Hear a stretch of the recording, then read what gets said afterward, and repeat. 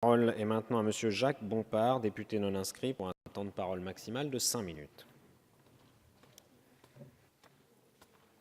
Merci, Monsieur le Président.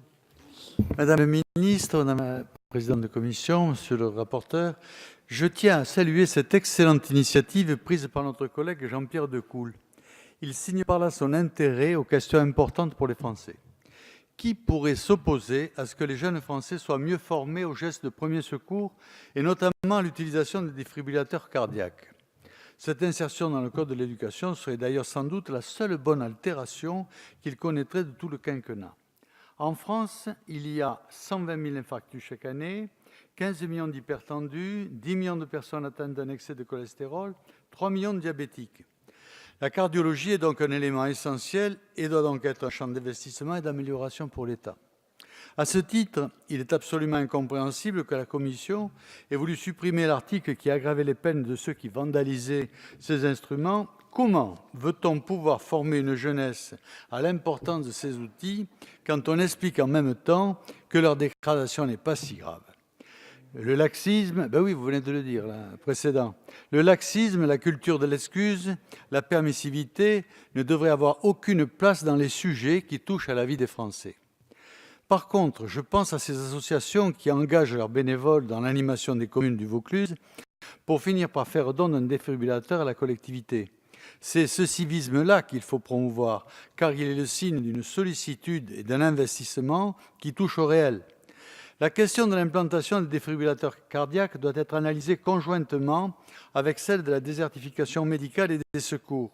En effet, les morts subites sont souvent annoncées par des pathologies ou des signaux que les médecins savent détecter quand il y en a. Par ailleurs, la réactivité et donc la proximité des secours qui viennent en complément de l'utilisation de défibrillateurs sont encore opposées dans ce contexte-là.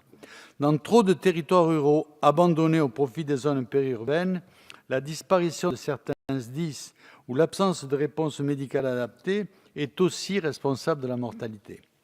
Avec les défibrillateurs, nous touchons donc à la solution d'urgence d'un sujet bien plus vaste, celui de nos modes de vie.